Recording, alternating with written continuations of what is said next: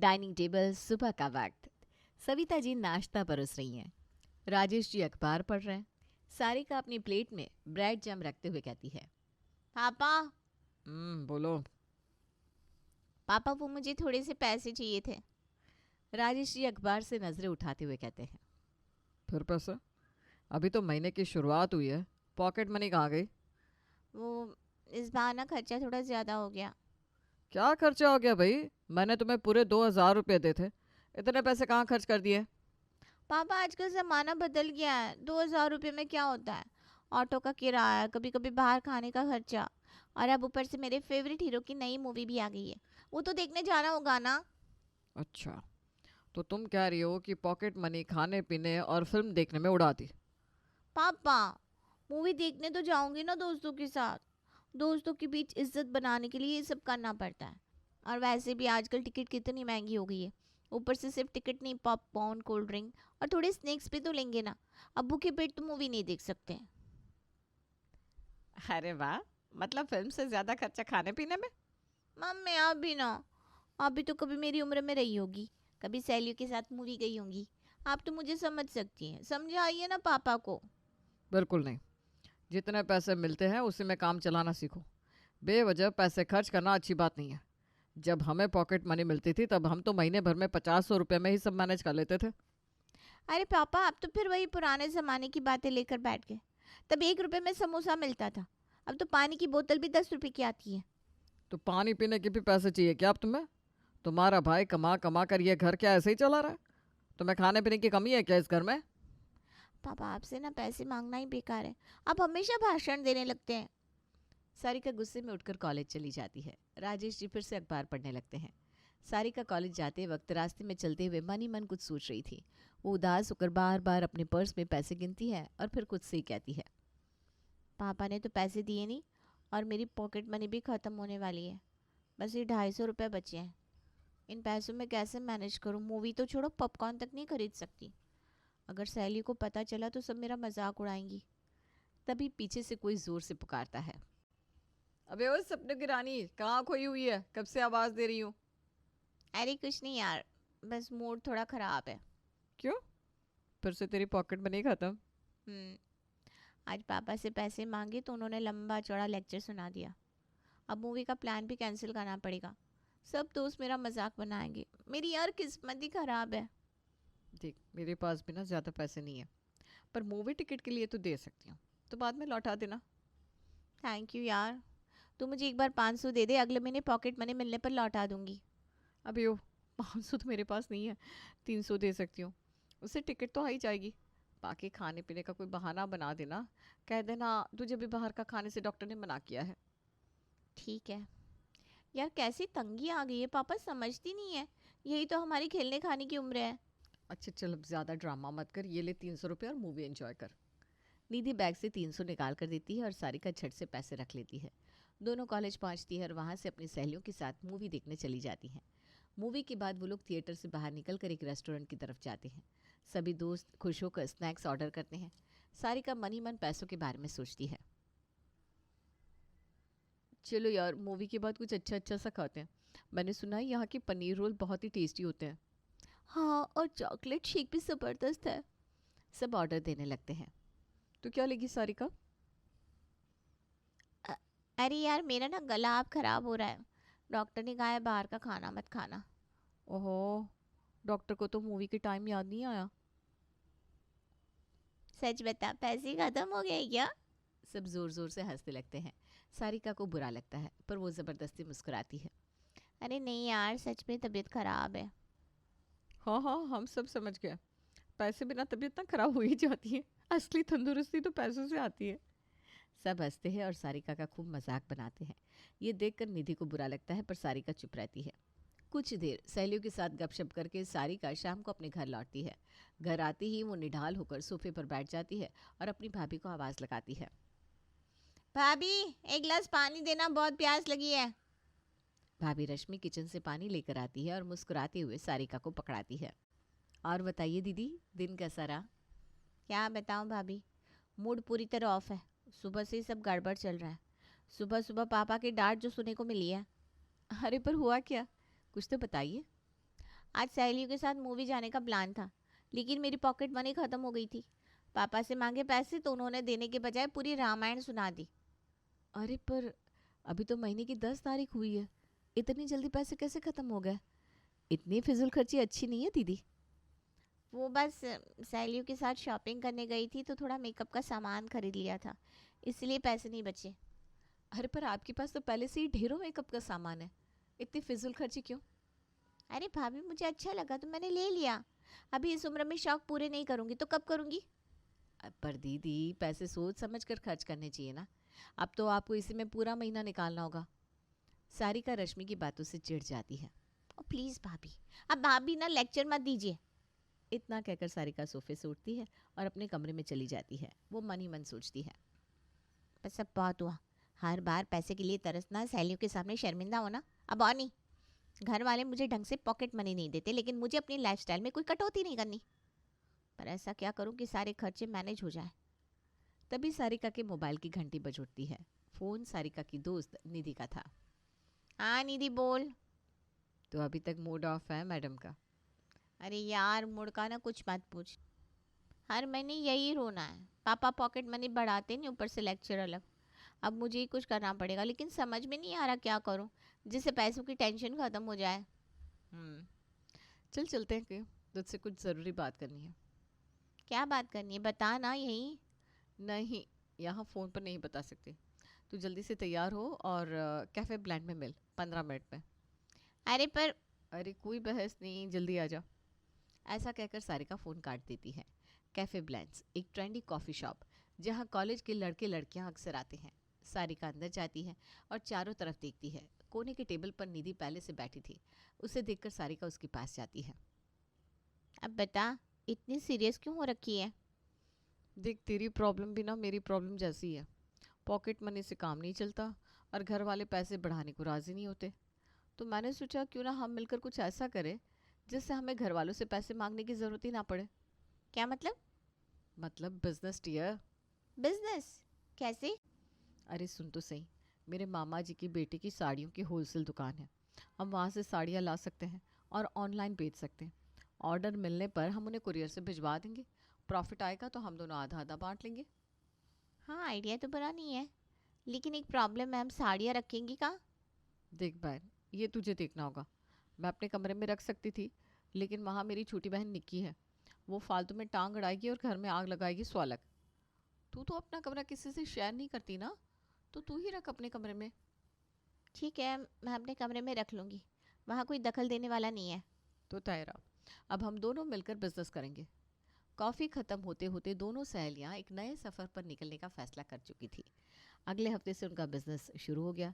सारिका अपने कमरे में साड़ियों को छिपा कर रखने लगी और ऑर्डर आने पर पिछले दरवाजे से डिलीवरी भिजवाने लगी। सारिका और निधि का बिजनेस चल निकला था। ऑर्डर भी आने लगे थे। जो भी प्रॉफिट आता था दोनों 50-50 कर लेते थे। पर निधि अपने पैसे सारिका के पास ही रख देती थी। एक दिन सारिका पिछले दरवाजे से एक पैकेट डिलीवरी बॉय को पकड़ाती है और कुछ पैसे लेती है। उसे लगा सब ठीक है, लेकिन तभी उसकी भाभी रश्मि दूर से ये सब देख लेती है। रश्मि सीधा घर वालों के पास पहुंचती है। मम्मी जी, पापा जी, मुझे लगता है दीदी कुछ तो घोटाला कर रही है। मैंने उन्हें छिपकर पिछले दरवाजे से किसी को कुछ देते हुए देखा है। घोटाला? कैसी बात कर रही हो बहू? हाँ, अभी अभी मैंने अपनी आंखों से देखा। दीदी पिछले दरवाजे पर किसी को कुछ दे रही थी और पैसे की बात भी कर रही थी। इतना सुनते ही पापा अखबार एक तरफ रख देते हैं और चश्मा उतारते हैं। सारिका, ज़रा इधर आना।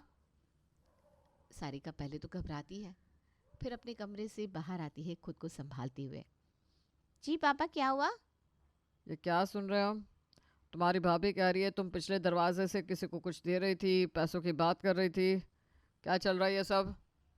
सारिका को लगता है आज तो उसकी चोरी पकड़ी गई, लेकिन अगले ही पल वो खुद को संभालती है और मासूम बनकर रोने का नाटक करती है। आप सबने मुझे क्या समझ रखा है? क्या मैं ऐसी हूँ?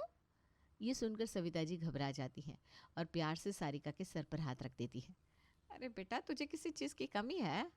हम तेरी हर ज़रूरत पूरी करते हैं। पढ़ाई पर ध्यान दे बेटा, इन सब फालतू की चीज़ों में मत पड़। इतने में सारिका के भैया मोनू भी अंदर आ जाते हैं। सारिका, इस तरह चुप रहने से काम नहीं चलेगा। सच बताओ, ये सब क्या है? सारिका थोड़ा और ड्रामा करने का फैसला करती है। वो और ज्यादा रोने लगती है। पता नहीं भाभी को मेरे बारे में क्या क्या गलत फहमी हो रही है। अगर उन्हें कुछ शक था तो मुझसे पूछ सकती थी, लेकिन नहीं, उन्होंने तो यहाँ पूरा तमाशा खड़ा कर दिया। सारिका थोड़ा रुकती है, फिर तुरंत नया झूठ गढ़ती है और रोते हुए कहती है, मैंने बस कुछ किताबें मंगवाई थी पर वो गलत आ गई थी, तो मैं उसे रिटर्न कर रही थी और भाभी ने देख लिया तो उन्हें कुछ और ही लग गया। सच में? सिर्फ किताबें? हाँ पापा, सच में। और अगर आपको यकीन नहीं तो मैं गोलू और मुन्नी की कसम भी खा सकती हूँ। ये सुनते ही घर वाले थोड़ा शांत हो जाते हैं। सविता उसे गले से लगाकर चुप कराने लगती है। अरे पगले चुप हो जा, हमें तुझ पर पूरा भरोसा है। पापा भी थोड़े सहज जाते हैं और भाभी को घूर कर देखते हैं। बहू, अगली बार बिना पूरी बात जाने कोई इल्ज़ाम मत लगाना। रश्मि मुंह बना लेती है, लेकिन अब कुछ नहीं बोल पाती। सारिका अपने मन में राहत की सांस लेती है। थैंक गॉड, आज तो बच गई मैं। सारिका की एक्टिंग ने फिर से सबको चकमा दे दिया था। घर वालों को भरोसा हो गया था कि उसने कुछ गलत नहीं किया। अब सारिका निधि के साथ आराम से बिजनेस करने लगी थी और प्रॉफिट भी अच्छी होने लगी थी। अब तो सारिका के खर्च भी बढ़ गए थे। वो खूब शॉपिंग करती, मूवी देखने जाती, सहेलियों के सामने अपनी शान दिखाती। एक दिन, गोलू मुन्नी, आज हम लोग बाहर पिज्ज़ा खाने चलेंगे, ठीक है? वाह बुआ, आप कितनी अच्छी हो। आई लव यू बुआ। आई लव यू टू बुआ, बहुत मज़ा आएगा आज। एक बात बताइए दीदी, ये इतने खर्चे जो आजकल आप कर रही हैं, इतने पैसे कहाँ से आ रहे हैं? ये सब तो मैंने अपनी पॉकेट मनी बचा बचा कर की है। अच्छा, मतलब आखिर आपको अकल आ ही गई कि पैसे बचाने से इंसान क्या कुछ नहीं कर सकता। जी भाभी, पापा की डांट ने बहुत कुछ सिखा दिया है मुझे। ऐसे ही सारिका के दिन मज़े से कट रहे थे। सारिका अपनी सहेलियों के साथ ब्रांडेड स्टोर्स में जाती और हाथ में ढेर सारी शॉपिंग बैग्स लेकर लौटती। अरे वाह, आज तो खूब खरीदारी हो रही है। लगता है बिजनेस अच्छा चल रहा है। बस यार, थोड़ा बहुत सेविंग कर ली थी तो अब खर्च कर रही हूँ। वाह, और हम लोग अब भी पापा से पॉकेट मनी के लिए लड़ रहे हैं। इसीलिए तो कहते हैं कुछ अपना खुद का करना चाहिए। ऐसे ही सारिका शॉपिंग करके और सहेलियों के सामने अपनी शेखी बगार कर घर आती है। तभी भाभी उसे देखकर कहती है, अरे दीदी, लगता है इस महीने पापा ने पॉकेट मनी डबल कर दी। अरे भाभी, पॉकेट मनी सेव की थी, बताया तो था आपको। अब बस उसका फ़ायदा मिल रहा है। रश्मि मन ही मन सोचती है कुछ तो गड़बड़ है। घर में धीरे धीरे सबको लगने लगा कि सारिका के खर्चे अचानक बढ़ गए हैं, लेकिन कोई कुछ समझ नहीं पा रहा था। तभी अगले दिन कुछ ऐसा हुआ जिससे सबके होश उड़ गए। सुबह के वक्त पूरा परिवार नाश्ते के टेबल पर बैठा था। मोनू अपने फ़ोन में बिजनेस से जुड़े कुछ पेमेंट्स चेक कर रहा था। तभी अचानक दरवाजे पर ज़ोर ज़ोर से दस्तक होती है। रश्मि, ज़रा देखो दरवाजे पर कौन है। रश्मि दरवाज़ा खोलती है और 4-5 अफसर अंदर आते हैं। जी, हम इनकम टैक्स डिपार्टमेंट से हैं। आप में से मोनू कौन है? हमें उनसे बात करनी है। ये सुनते ही घर वाले चौंक जाते हैं और मोनू का चेहरा सफ़ेद पड़ जाता है। Monu, income tax? क्या कर दिया तूने? मोनू हकलाते हुए कहता है। अब मैंने कुछ नहीं किया। अफसर मोनू के सामने कुर्सी खींचकर बैठते हैं। एक अफसर अपनी फाइल खोलता है। हमें इन्फॉर्मेशन मिली है कि इस घर में गैर कानूनी तरीके से इनकम हो रही है और टैक्स की चोरी की जा रही है। रश्मि टेंशन में मोनू को घूरती है। अजी, ये क्या कर दिया आपने? मोनू हड़बड़ा जाता है। डर के मारे उसकी हालत ख़राब हो जाती है। अरे मैंने कुछ नहीं किया भाई, मैं तो एक छोटा सा बिजनेस करता हूँ। तभी एक अफसर मोनू की जेब से फ़ोन निकालता है। उसमें ढेर सारे पैसों के ट्रांजैक्शंस होते हैं। सब घर वाले हैरानी से उसे देखते हैं। हे भगवान, बेटा तू टैक्स की चोरी करता था? अरे नहीं मम्मी, ये तो मेरा बिजनेस अकाउंट है। अफसर मोनू को घूरते हैं और सख्त आवाज़ में पूछते हैं। फिर ये 2 लाख रुपए किसके अकाउंट में ट्रांसफ़र हुए? मोनू एकदम डर जाता है। उसे कुछ समझ में नहीं आता। तभी एक और अफसर पूरे घर की सख्ती से तलाशी लेना शुरू करते हैं। पूरे घर में उन्हें कहीं कुछ भी गैर कानूनी नहीं मिलता। पर तभी तलाशी लेते लेते अफसरों की नज़र सारिका के कमरे की अलमारी पर पड़ती है। एक अफसर अलमारी खोलता है तो अंदर ढेर सारी महंगी साड़ियाँ और पैसे देखकर सबकी आंखें फटी रह जाती है। अरे ये क्या है? लाखों की साड़ियाँ, इतने पैसे? मोनू जी, ये सब कहाँ से आया? घर वाले फिर से मोनू की तरफ घुरते हैं। राजेश जी गुस्से में खड़े हो जाते हैं। बता मोनू, ये सब क्या है? रश्मि भी गुस्से में आ जाती है।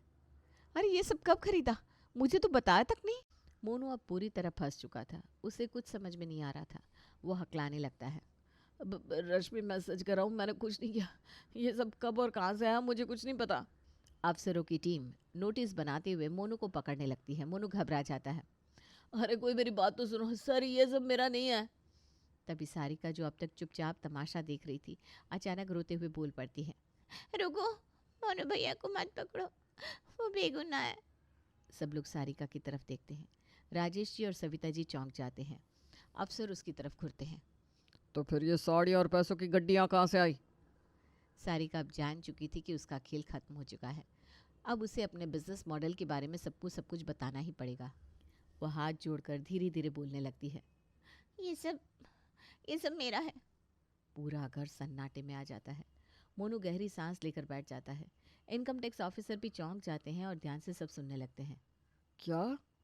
हे भगवान, तो मतलब तूने चोरी की? नहीं मम्मी, मैंने और नीति ने मिलकर एक बिजनेस शुरू किया था साड़ियों का।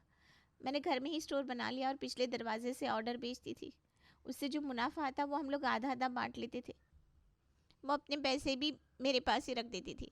अब पापा ने तो मुझे एक्स्ट्रा पॉकेट मनी देने से मना कर दिया था, तो कुछ ना कुछ करके मुझे अपने पैसों की तंगी मिटानी थी और ये रास्ता उस काम के लिए मुझे बेस्ट लगा। अब रश्मि की आंखें चमक उठती है। वो ताली बजाकर बोलती है।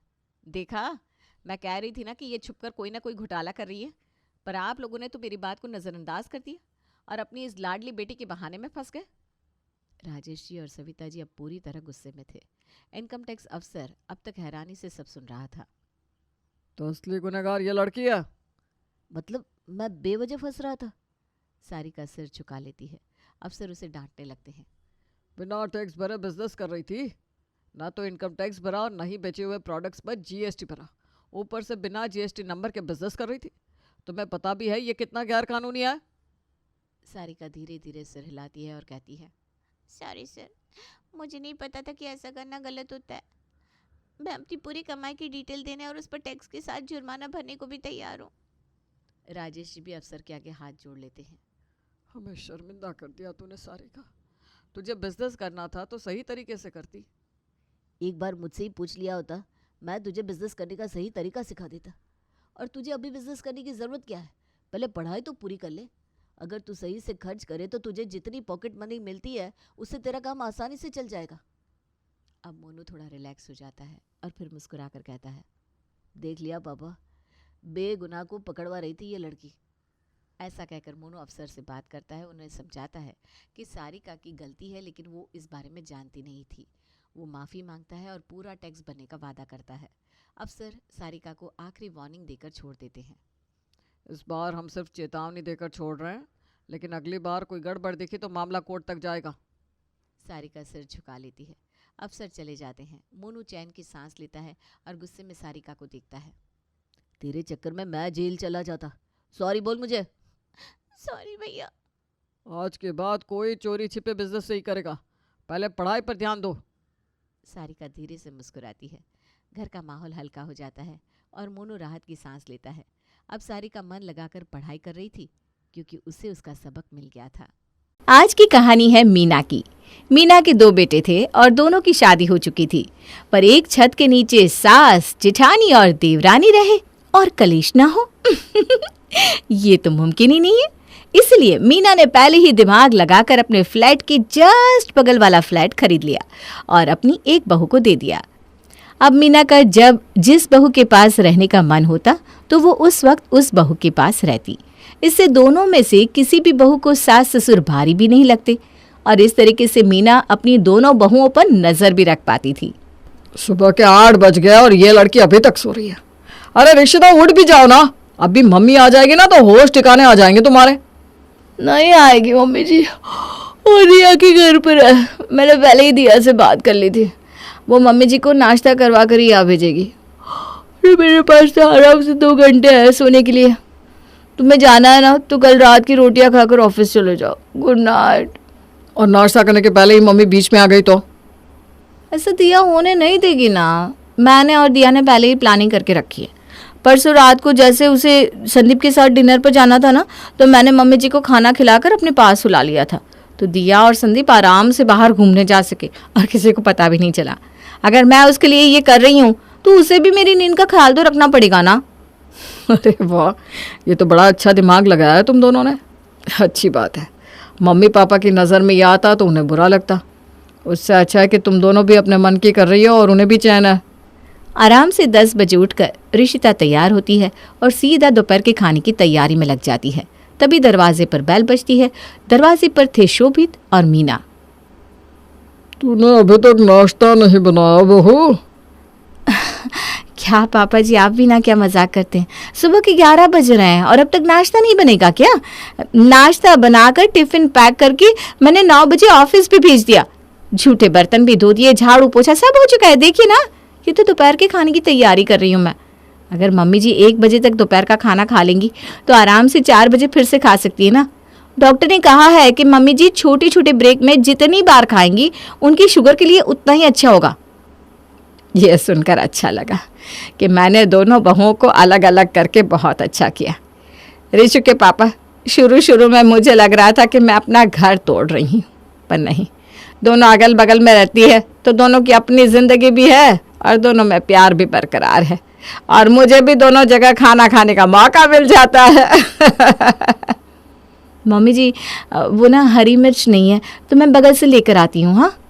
और हरी मिर्च लेने के बहाने ऋषिता दिया के पास जाकर उससे कहती है, मैंने दोपहर के खाने की पूरी तैयारी कर दी है। मैं मम्मी पापा को खाना खिला दूंगी। उसके बाद तू उन्हें अपने पास बुला लेना ताकि मैं शाम को किटी में जा सकूं। वरना मम्मी की नज़र में मेरी दूसरी किटी आ गई ना तो वो रोज़ इस बात का ताना मुझे देती रहेंगी, जो कि मुझे अच्छा नहीं लगेगा। अरे मैं भी इंसान हूँ यार, रिप्लाई में मैंने कुछ ऐसा वैसा कह दिया तो बात बिगड़ सकती है। हाँ, चिंता मत कीजिए भाभी, मैं सब देख लूँगी। वैसे ये हरी मिर्च तो मेरे पास भी नहीं है, मैं तो खुद मेहता आंटी के यहाँ से मिर्च लेकर आई हूँ। जाइए ना, आप भी वहीं से ले आइए। और इसी तरह कभी तेरी कभी मेरी कर ये दोनों देवरानी जेठानी आपस में बड़े मौज से रह रही थी और दोनों में से किसी को भी अपने सास ससुर खटक नहीं रहे थे। पर कहते हैं ना, आम जिंदगी में जब तक तड़का ना लगे जिंदगी का मज़ा नहीं आता। और ऐसा ही तड़का इन बहुओं के लाइफ में भी लगने वाला था। एक शाम मीना के फ़ोन पर उसकी बचपन की सहेली सुषमा का फ़ोन आता है। अरे सुषमा, इतने दिनों बाद तुझे मेरा नंबर कहाँ से मिला? तू तो मुंबई शिफ्ट हो गई थी ना? मैंने सुना है तू शाहरुख खान के बंगले के पीछे रहती है। बिल्कुल सही सुना है मीना तूने, पर वहाँ तो मेरा फ्लैट है, मैं फ्लैट में थोड़ी ना रहती हूँ, मैं तो खुद के फार्म हाउस में रहती हूँ। खैर, बताने को बहुत कुछ है मेरे पास।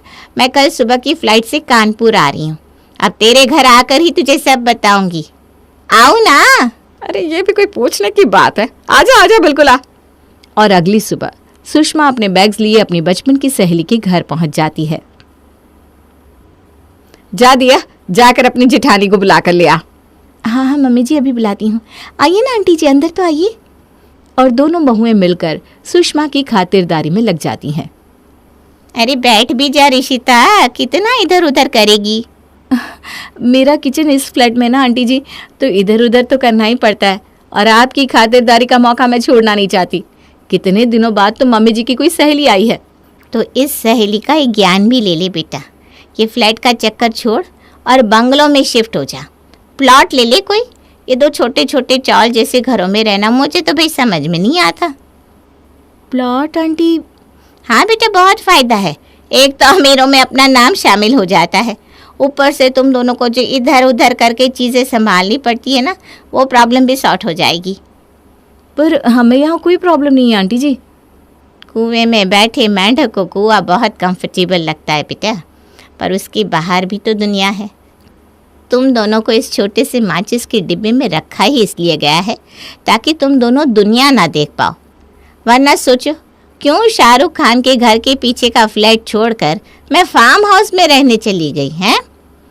और अपनी बातों से सुषमा मीना की बहुओं का ऐसा माइंड वॉश करती है कि सुषमा के जाने के बाद भी उनके सर से बड़ा घर लेने का भूत उतरता नहीं। रात के खाने के वक्त क्या फ़ायदा ऐसे खाने का जहाँ परिवार ही साथ ना हो। वहाँ भाभी, यहाँ हम, और इस 2 परिवारों में डोलती हमारी सास। ये तो कोई बात नहीं है, पिछले 1 साल से ये सब कुछ ऐसा ही तो है। सालों से तो बहुत गलत कानून भी चल रहे थे, बदल गए ना, तो इसे भी बदलना होगा। जो हालत दिया की थी वही ऋषिता की भी। नहीं नहीं ऋषु, मुझे नहीं पता। आप एक प्लॉट ले रहे हो बस, मुझे इस माचिस के डिब्बे में नहीं रहना। अरे बाबू, ऐसा नहीं होता। पता नहीं किसने ये कीड़ा तुम्हारे कानों में भर दिया। दूर का ढोल सुहाना ही लगता है, पर क्या असलियत है वो तो बाद में समझ में आएगा ना। वैसे भी प्लॉट कोई 1-2 रुपये में नहीं आता, अच्छी खासी मोटी रकम चाहिए तो ये सब भूल जाओ। पर दिया और ऋषिता कहाँ समझने वाली थी। अब हर रोज दोनों घरों में इसी बात पर झगड़े होने लगे, जिससे संदीप और ऋषु बुरी तरह परेशान हो जाते हैं। उनकी ये हालत देखकर बॉस उन्हें कैबिन में बुलाते हैं। क्या बात है, आजकल तुम दोनों बहुत लॉस्ट रहते हो। सर, मेरी वाइफ फार्म हाउस में शिफ्ट होना चाहती है और उसके लिए वो मुझे प्लॉट लेने को कह रही है। कैसे होगा सब मैनेज, वही सोचता रहता हूँ। इतने बड़े अमाउंट का लोन उठाना, स्ट्रेस तो होगा ही ना सर। फार्म हाउस का चस्का पहले मेरी वाइफ को भी था, बट अब मेरा फार्म हाउस पिछले 6 महीनों से खाली है। तुम दोनों चाहो तो वहाँ शिफ्ट हो सकते हो, एक ट्रायल ले लो उसी में सब समझ में आ जाएगा। और ऋषि और संदीप की टेंशन खत्म हो जाती है। दोनों बर्फी और गुलाब जामुन लेकर अपने घर पहुंचते हैं। मुंह मीठा करो ऋषिता, प्लॉट क्या, हमें तो पूरा का पूरा फार्म हाउस मिल गया है, ऐश करो। इस फार्म हाउस को हमने सर से रेंट पर लिया है, रहकर देखते हैं, जच गया तो अपना प्लॉट खरीद कर फार्म हाउस बनवा लेंगे। ये हुई ना बात भैया। अरे वाह मम्मी जी, अब हम सब एक साथ रहेंगे एक छत के नीचे अपने फार्म हाउस पर। अब इन दोनों फ्लैट्स को हम रेंट पर लगा देंगे और जो पैसे आएंगे उससे आप बॉस को रेंट दे दीजिएगा और जो पैसे बचेंगे वो सेव हो जाएंगे। कितना शुभ है ना हमारा फार्म हाउस, अभी आया भी नहीं और अभी से इनकम भी बना दी उसने। अब जल्दी से सामान पैक कर देते हैं, शिफ्ट जो होना है हमें। आज शाम को मार्केट चलते हैं, मम्मी जी आप भी चलिए। अब अगर फार्म हाउस पर आएंगे तो ऐसे पुराने कपड़े थोड़ी ना पहनेंगे, नए नए कपड़े होने चाहिए, पैर में मखमली चप्पल होने चाहिए। और ये झाड़ू कौन यूज करेगा, मार्केट से ना एक वैक्यूम क्लीनर भी ले लेंगे। जितना का हाथी नहीं उतने का तो झुंझुना बना लोगे तुम दोनों। बेकार में इतना खर्च करने की कोई ज़रूरत नहीं है, सामान पैक करो और शिफ्ट करने की तैयारी करो। और मीना का पूरा परिवार फ्लैट छोड़कर फार्म हाउस में शिफ्ट हो जाता है। अरे बाप रे, ये फार्म हाउस है, ये तो पूरा का पूरा महल लग रहा है, इतना बड़ा। ये तो हमारी सोसाइटी से भी बड़ा है, नहीं ऋषि के पापा? क्या मीना जी, उतना भी बड़ा नहीं है। गार्डन एरिया जोड़ दे तो बड़ा है। देख लिया संदीप, अगर मैंने आपको फोर्स नहीं किया होता तो क्या हम इतने बड़े घर में कभी आ पाते? कहाँ वो छोटा सा हमारा फ्लैट और कहाँ ये बड़ा सा फार्म हाउस।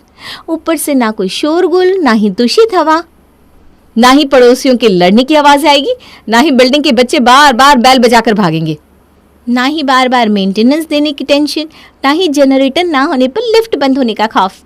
वैसे भी ये सारी प्रॉब्लम ना लोअर मिडिल क्लास लोगों को ये आती है दिया।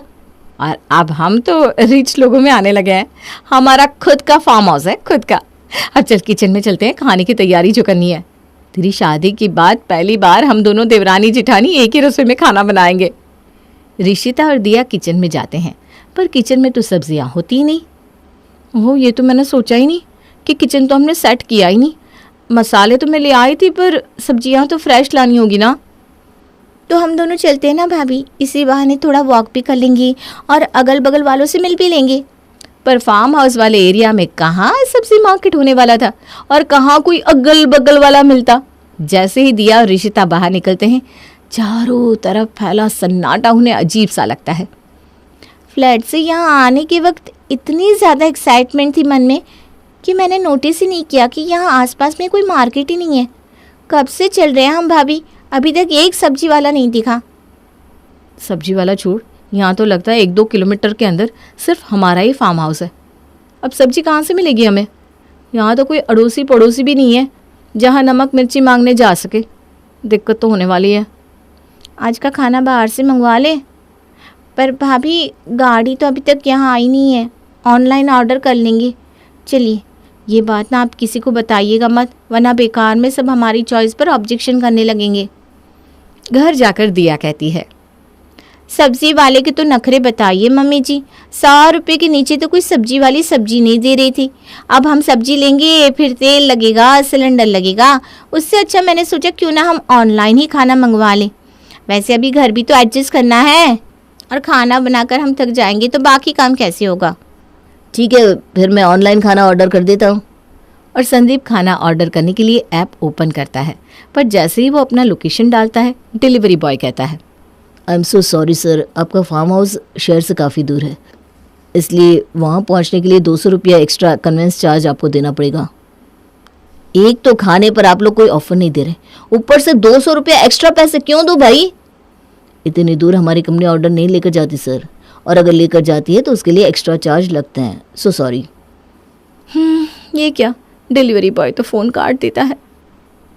और आओ फार्म हाउस में, जिसके पास पैसे एक्स्ट्रा है वो दे दे 200 रुपये। 200 रुपये के लिए इतना मत बोलिए आप, मैं देती हूँ ना 200 रुपये। अब लाइफस्टाइल चेंज करेंगे तो थोड़ा बहुत खर्चा तो लगेगा ना। कुछ देर बाद खाना होम डिलीवरी करके उनके घर पहुँचता है।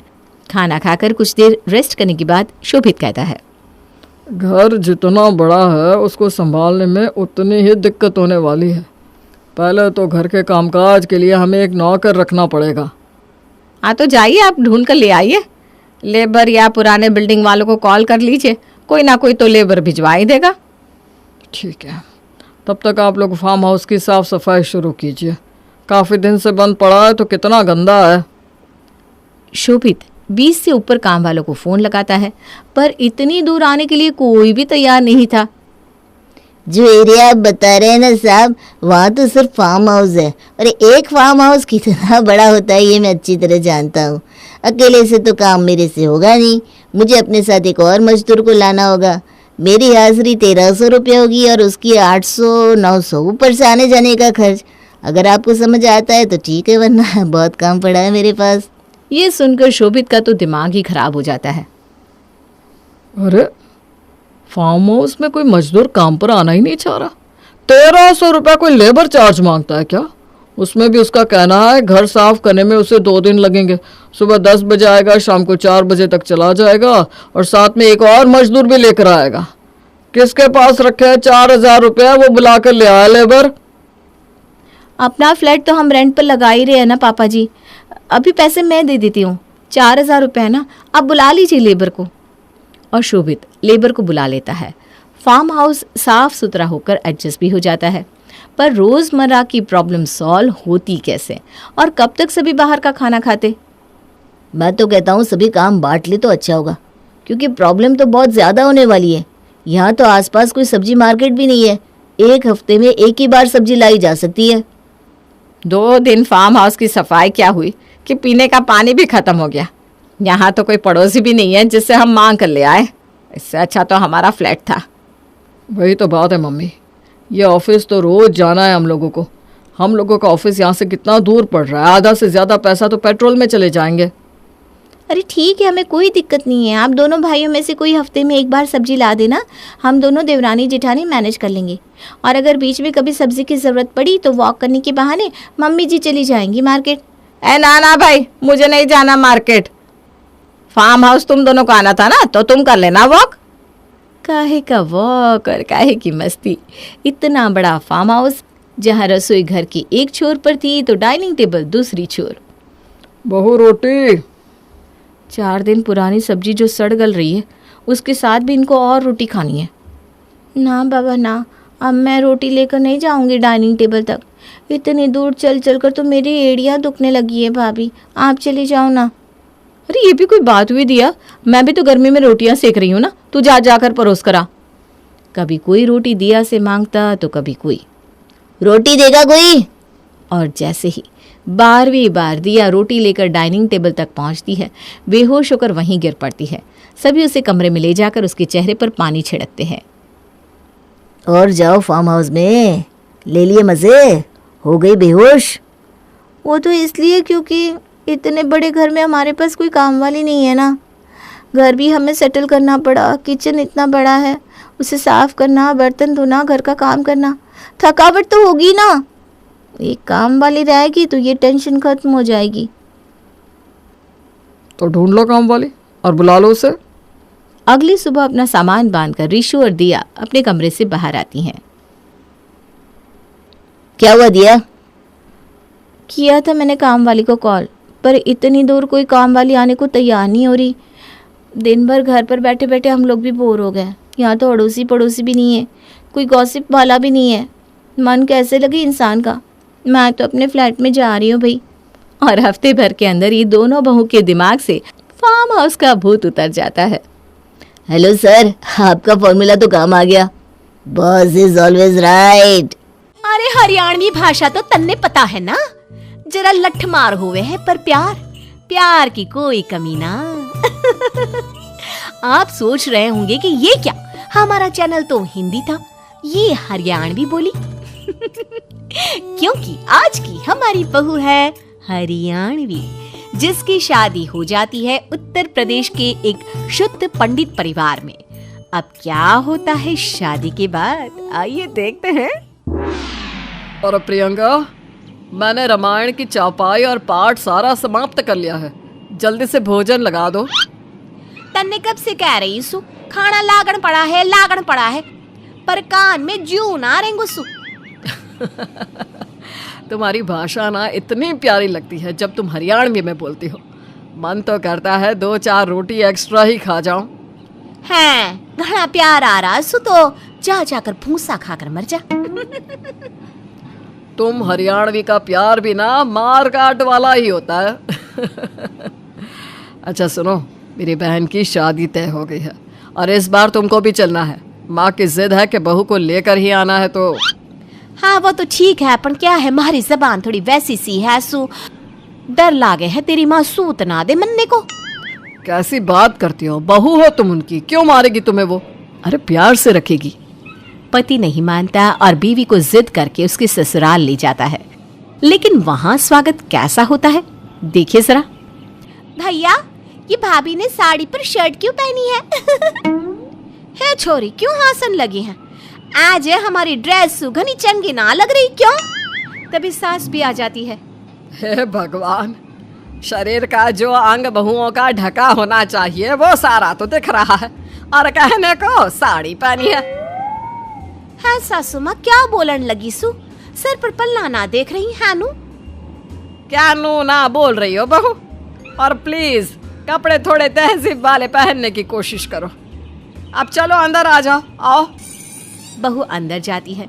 सारे घर में सोफे, बेड और झूले दिख रहे होते हैं। है माँ जी, 4 पाई कित्थे सु? वो मारे को नींद ना आवे सु, 4 पाई पर ही कमर सीधी होती है मारी। 4 पाई? कैसे बात करती हो बहू? आज के समय में कौन 4 पाई पर सोता है? बहू पति की ओर देखती है। वो तुम आज मैनेज कर लो, मैं कल 4 पाई लेकर आता हूँ। आज रात को पक्का कहीं से इंतजाम कर ही लूंगा। अरे बेटा, 4 पाई घर में रखेंगे कहाँ? भाई, और क्या क्या अरेंज करना है वो भी बता दो। वो कोई ना, मैं ही मैनेज कर लूंगी। बस तू ना लंबे से ग्लास में दूध छान कर लिया है नी छोरी। दूध छान कर? लेकिन पैकेट वाला दूध तो छान कर ही आता है भाभी। रुको मैं अभी ले आती हूँ। ओए कौन पिए सु पैकेट वाला दूध? मन ने तो भैंसिया चाहू सु। माँ सर पर हाथ रख लेती है। अरे बेटा, देख ले क्या करना है। मुझे तो बेटी की शादी करके उसे इज्जत से विदा करना है। पैसे वाले लोग हैं इसके ससुराल वाले, घर में 4 पाई और भैंस देखेंगे तो क्या कहेंगे? अरे माँ, परेशान ना हो, मैं बात करता हूँ ना प्रियंका से। पति बीवी के पास जाता है। देखो, साड़ी को ना ऐसे नहीं पहनते यहाँ पर, और ये सर पर पल्ला रखने का भी स्टाइल हमारा नहीं है। अब तुम यूपी की बहू हो, हरियाणा को भूल जाओ। हरियाणा भूल जाओ? और वो भी किसी शुद्ध हरियाणवी से ये बात कही जाए तो अंदर का सारा हरियाणा बाहर निकल आता है। फिर क्या हुआ? ए छोरे, के कहन लागे से हरियाणा मारे अंदर बसता है। मैं मारी धरती माँ भूल जावे होड़ ना सके, समझे? छोरे, अब मैं इत्थे पल ना रुकू, चालू सही। जय राम जी की। बहू अपना सामान उठाकर जा रही होती है कि दरवाजे पर खड़े हो जाते हैं ननद के ससुराल वाले।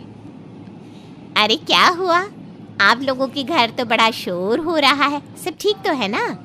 वो क्या है कि आपकी बहू आने वाली थी तो हमने सोचा मिल ले जरा, देखे तो कैसे रखती हैं आप अपनी बहू को।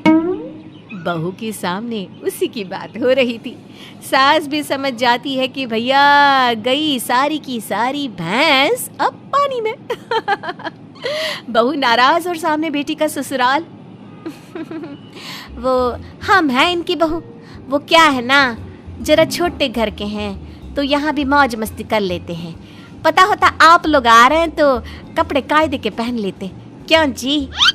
पति बीवी का एकदम से हरियाणवी से यूपी वाला बदलाव देखकर हैरान हो जाता है। अब अरे बेटा क्या हो गया, सब ठीक तो है ना? बीवी की बात समझ में नहीं आई क्या? वैसे मान गए बहन जी, बहू की हंसी खुशी देखकर लग रहा है कि बहू बेटी वाला घर है। जीती रहो बहू, जीती रहो। सभी बैठते हैं, खाते पीते हैं और बहू से बात करते हैं। तो कहाँ की रहने वाली हो बेटी? कठकाठी से तो हरियाणवी लग रही हो। प्रियंका पति की उस बात को याद करती है कि अपना हरियाणा भूल जाओ। ना जी ना, हम तो यूपी के ही हैं, वो जिला बलिया के। पति बीवी की बात से हैरान कि ये प्रियंका को क्या हो गया, लेकिन सभी मेहमानों के जाने के बाद, बहू प्रियंका हमें माफ कर दे, हम तेरे लिए जरा सा भी सेक्रीफाइस नहीं कर रहे थे, और एक तू है पूरी बोली भाषा ही बदल ली। और देखना माँ, भाभी सिंपल सी साड़ी में कितनी प्यारी सी लग रही हैं। पति भी प्रियंका से माफी मांग लेता है। अगले रोज, बहू ओ बहू क्या बदबू आ रही है पूरे घर में, क्या हो गया है? हाय रे, लग रहा है कोई जानवर घर में घुस गया और पूरे घर में गोबर करके गया है। ऐ क्या कहन लाग से सासू माँ, गोबर से लिपो है मैंने घर पूरा। क्या? लेकिन हम लोगों के घर में तो टाइल्स लगी है ना? लगी ना है सासू माँ, लगी से। अब तो ना है कोनो टाइले, सब उखाड़ दी से। हाय रे, सास पूरे घर की ओर नजर डालती है तो पूरे घर में मिट्टी ही मिट्टी। एंड जब मिट्टी की सुगंध आवे है ना ससु माँ, वहीं से लागे है कि हम भारत की धरती में हैं। नहीं तो मैं जब अमेरिका में रहती थी ना, हाय रे सासू माँ, मिट्टी की सुगंध के लिए तरस जाती थी। है? तू अमेरिका कब गई थी बहू? मैं इसका बहुत अच्छा काम चल रहा था अमेरिका में। अगर मुझसे फेसबुक पर प्यार ना हो जाता तो ये तो अमेरिका में अपना बिजनेस करने वाली थी, और बहुत अच्छा भी चल रहा था इसका काम। हाय रे, भाभी इतनी टैलेंटेड है। लेकिन भाभी वहाँ क्या काम करती थी आप? मैं ना वहाँ जो भारतीय रहते थे उन सबको जोड़ने के लिए भारतीय खाना और कल्चर को प्रमोट करने वाली जो जो चीज होती है उसकी दुकान खोल रखी थी। अरे गोबरों की क्या डिमांड है माँ जी वहाँ पर? क्यों, वहाँ की गाय गोबर नहीं देती क्या? देती है ना माँ जी, लेकिन वहाँ के गोबर में वो बात नहीं है जो यहाँ के गोबर में है माँ जी। तभी ससुर जी भी आ जाते हैं। अरे अरे, ये क्या कर दिया बहू? मैंने लाखों रुपए खर्च करके टाइल्स लगवाई थी, तूने ये क्या कर दिया? ससुर जी, मेरा पैर फिसले है चिकनी फर्श पे, सो मट्टी का करवा लिया। अब आप ये सब ना देखे, आप तो शादी की तैयारी करें, तैयारी। हाँ, ससुर भी क्या करता, अब तो वक्त भी नहीं बचा था कि वो पूरे घर में फिर से फर्श लगवाए। और फिर वो दिन भी आ जाता है जब घर में मेहमानों का आना जाना शुरू होता है। हाय रे फुलवा, तूने तो घर बिल्कुल मेरे लायक कर रखा है। मिट्टी में चटाई बिछा कर सो जाऊं। तभी बुआ सास भी आ जाती है। हाय रे, कितना ठंडा घर और गोबर की खुशबू, वाह जी वाह। अब तो मैं पूरी शादी निपटा कर ही जाऊंगी। लाओ लाओ, क्या काम है? अरे कर लो, मेरा सामान मंगवा लो और 1 महीने का। अरे दीदी तो कहाँ हम लोगों के घर 2 दिन भी नहीं रुकती थी, अब 1 महीने की बात कर रही है। अरे दीदी रुक जाएंगी ना तो कितने सारे काम निपट जाएंगे। दीदी कपड़े कितने अच्छे सिलते हैं, निधि की शादी का लहंगा तक भी घर में ही बना देंगी। अरे वाह दीदी, ऐसे में तो मेरे हजारों रुपए की बचत हो जाएंगी। तभी मौसी भी आ जाती है। अरे दीदी वाह जी वाह, मैं नहीं जानती थी कि मेरे बच्चों के लिए आप भैंस लाकर दरवाजे खड़ी कर दोगी। दीदी अब तो हम यहाँ ना पूरी शादी तक रुकेंगे, खाना बनाने की जिम्मेदारी मेरी समझो। अरे मैं तो पूरी बारात का खाना अकेली बना लूं अगर मेरे बच्चों को रोज भैंस का ताजा दूध मिलता रहे। क्या बात है कमला, फिर तो मैं कैटरिंग वाले को मना कर देता हूँ। शुक्र है मेरे तो लाखों रुपए बच गए। तभी बूढ़े ताऊ जी आ जाते हैं। भैया आप आइए आइए। सामने खाट बिछी देखकर ताऊ कहते हैं, अरे मुन्ना, खाट ले आया तू? अच्छा हुआ वो डल्लब का गद्दा हट गया, अब आराम से महीना रहूंगा। ला, सारा पैसा गहना लेन देन का हिसाब मैं इसी खाट में बैठ कर दूंगा। तू निश्चिंत रह। अरे भैया, आपने तो मेरी रातों की नींद जो उड़ गई थी ना वो वापस ले आए। भला हो बहू का, जिसने घर का माहौल ऐसा कर दिया कि शादी में होने वाला सारा खर्चा तो बचा ही, पूरा परिवार भी अब महीनों साथ रहेगा। पूरे घर की लाइट ऑन है, कोई बंद नहीं करता। बिजली का बिल आएगा तब पता चलेगा।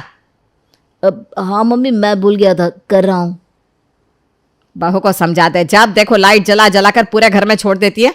जहां एक्स्ट्रा लाइट दिखे वहां बंद कर दे, नहीं तो बिजली का बिल तूफान की तरह आएगा। मम्मी मैंने तो उसे बहुत बार कह दिया है, लेकिन क्या करूँ मैं। अपने घर में उसने ऐसा देखा होगा कि सब लाइट जला जला कर रखते हैं।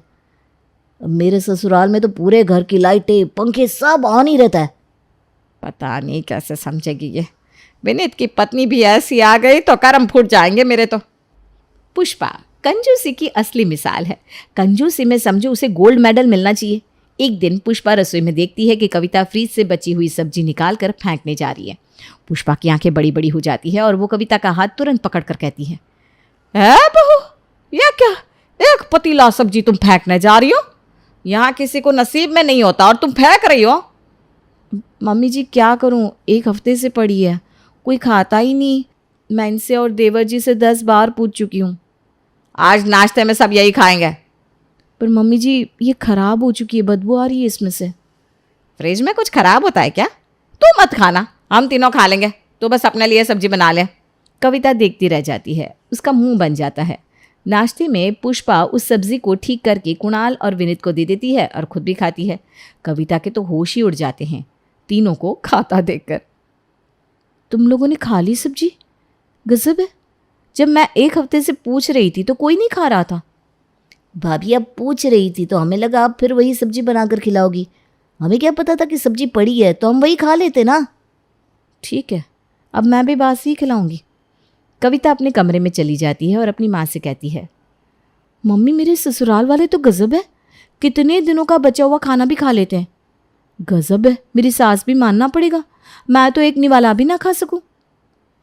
तुझे क्या है, तेरे लिए तो अच्छा है ना, बासी बचा हुआ खा लेंगे तो तुझे झंझट नहीं होगी। ये बात भी सही है।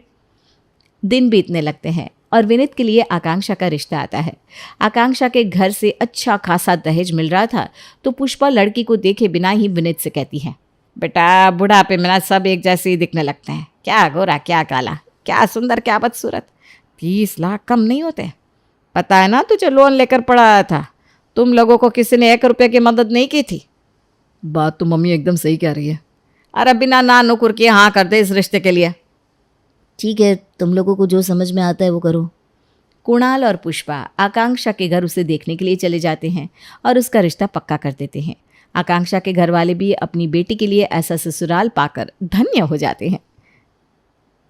मैं तो आप लोगों जैसे रिश्तेदार पाकर खुश हो गया हूँ, वरना आजकल लोग रिश्ते करने में ही खून पी जाते हैं। अरे भाई साहब, आप शादी की डेट निकलवाइए और जल्द से जल्द शादी करवाइए। 1 महीने में आकांक्षा और विनीत की शादी हो जाती है। शादी के पहले दिन आकांक्षा की पहली रसोई होती है और पुष्पा आकांक्षा से कहती है, आकांक्षा आज तेरी पहली रसोई है, तो नाश्ते में बचा कुचा खाना खाकर ही काम चला लो, और तुम ना सीधे दोपहर की रसोई ही चढ़ा दो। ठीक है मम्मी जी।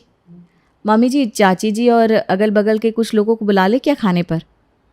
पुष्पा मन ही मन सोचती है, जितने लोग आएंगे उतना राशन भी तो लगेगा, लेकिन ये बात बोलूँ कैसे इन दोनों को? अरे कोई ज़रूरत नहीं है किसी को बुलाने की, आकांक्षा बेचारी का पहला दिन है, वो कितने ही लोगों का खाना बना पाएगी। नहीं मम्मी जी, मैं आकांक्षा की मदद कर दूंगी ना। पहली रसोई अकेले ही बनाई जाती है, ऊपर से इन लोगों ने हमें बुलाया था क्या? हैं? जाओ आकांक्षा, तुम जाकर रसोई में खाना बनाना शुरू करो। हाँ अच्छा, मैं बता देती हूँ इसे कहाँ क्या पड़ा है और कितना बनाना है। बहू तू जाकर आराम कर, कल की थकी होगी, मैं बता दूंगी। ठीक है मम्मी जी, थकी तो मैं बहुत हूँ। कविता सबको नाश्ता देने लगती है और पुष्पा रसोई में आकांक्षा के साथ लग जाती है और देखती रहती है कि कितना क्या सामान लगा रही है आकांक्षा। आकांक्षा गाजर का हलवा बनाने के लिए कढ़ाई में घी डालती है। इतना घी देखते ही पुष्पा का तो कलेजा फट जाता है। वो तुरंत कढ़ाई से आधे से ज़्यादा घी निकाल कर कहती है, इतना घी डालोगी बहू?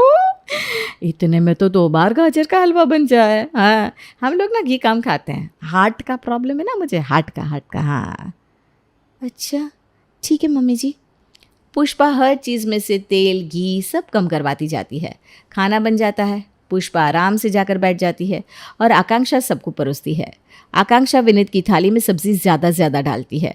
पुष्पा इतनी सब्जियां देखकर अपनी जगह से उठकर खड़ी होती है और उसकी थाली में से सब्जियां निकालने लगती है। हे बहू, तू इतनी सब्जी डालेगी तब तो हो गया। 2 बार का खाना एक ही बार में परोस देगी क्या? बेकार में बर्बाद हो जाएगा। मम्मी जी मुझे लगा जितना लेना होगा ये लोग बोलेंगे ना, इन्होंने ना नहीं बोला, वेस्ट क्यों होगा, मैं खा लेती इनकी थाली से। जो भी हो बहू, पूछ कर थोड़ा डाला कर। कविता और आकांक्षा एक दूसरे का मुंह देखने लगती हैं। जब आकांक्षा और कविता खा रही थी तब आकांक्षा कविता से कहती है, भाभी कुछ अजीब नहीं लगा आपको? थाली में से किसी से कौन खाना निकलवाता है? मुझे भी ठीक तो नहीं लगा, लेकिन जाने दो, तुम माइंड मत करो इतना। मम्मी जी का बर्थडे है कल, तो उनका बर्थडे हम जोरदार सेलिब्रेट करते हैं, कैसा रहेगा? हाँ भाभी, ये ठीक रहेगा। हम दोनों की शादी के बाद ये उनका पहला बर्थडे है, तो उनको लगना चाहिए ना कि उनकी अब 2 बहुएं हैं। कविता और आकांक्षा बर्थडे की प्लानिंग करने लगती है। दोनों मिलकर सबको इनवाइट करती हैं। अगले दिन सुबह पहले से पुष्पा को सत्संग में भेजकर डेकोरेटर वाले को बुलवाकर घर सजवाने लगती है और खाने वाली को बुलाकर खाना भी बनवाने लगती है। शाम को सारे गेस्ट आ जाते हैं। कुणाल पुष्पा को सत्संग से लेकर आता है। पुष्पा घर का दरवाज़ा खोलती है और सब ताली बजाते हुए कहते हैं, happy birthday to you, happy birthday to you, happy birthday to you, happy birthday to you. इतने लोगों को एक साथ देखकर पुष्पा सोचती है, क्या करूं है भगवान, ये बहू है तो मुझे लुटवा कर मानेगी। अभी ही तो शादी में इतने लोगों को खिलाया है और अभी फिर से ये लोग इतना खर्च करवा रही है। इतने लोगों का खाना तैयार कर दिया। कुछ बोलूँगी तो इन्हें लगेगा कि मैं कंजूस हूँ। इससे अच्छा है कि बेहोश होने की एक्टिंग करती हूँ। मम्मी क्या हुआ, कैसा क्या हुआ मम्मी आपको? पुष्पा बेहोश हो जाती है, जिसे देखकर सब गेस्ट डर जाते हैं और वापस अपने अपने घर चले जाते हैं। इधर आकांक्षा और कविता भी डर जाती हैं। क्या हो गया मम्मी जी, अब क्या करें? डॉक्टर को बुलाकर दिखाना होगा। विनीत, आप डॉक्टर को कॉल करो फटाफट। तुम दोनों बाहर देखो, हम दोनों भाई मम्मी को देखते हैं। बहुओं के कमरे से जाने के बाद पुष्पा उठ जाती है। कोई डॉक्टर को बुलाने की जरूरत नहीं है, अभी इतना खर्चा कर दिया, फिर डॉक्टर ले लेगा सो अलग से। मम्मी आपको कुछ हुआ नहीं है? कुछ नहीं हुआ है, लेकिन मैं क्या करती? तुम दोनों की बहुएं घर लुटवाने में जो लगी हैं। अरे हम तो डर ही गए थे, हार्ट अटैक तो नहीं आ गया? मुझे कुछ नहीं होगा। तुम दोनों बोल देना कि मेरा बीपी हाई हो गया था जिस कारण से ये सब हुआ। कुणाल आकांक्षा और कविता से कहता है, मम्मी अभी ठीक है, थोड़ी देर में केक कट कर लेते हैं, फिर हम खाना खा लेंगे। लेकिन मम्मी जी को हुआ क्या था? कुछ नहीं हुआ था, बस बीपी हाई हो गया था उनका। बेकार में इतना अच्छा प्रोग्राम कैंसिल हो गया, कितना कुछ प्लान किया था हमने। कविता और आकांक्षा का मूड ऑफ हो जाता है।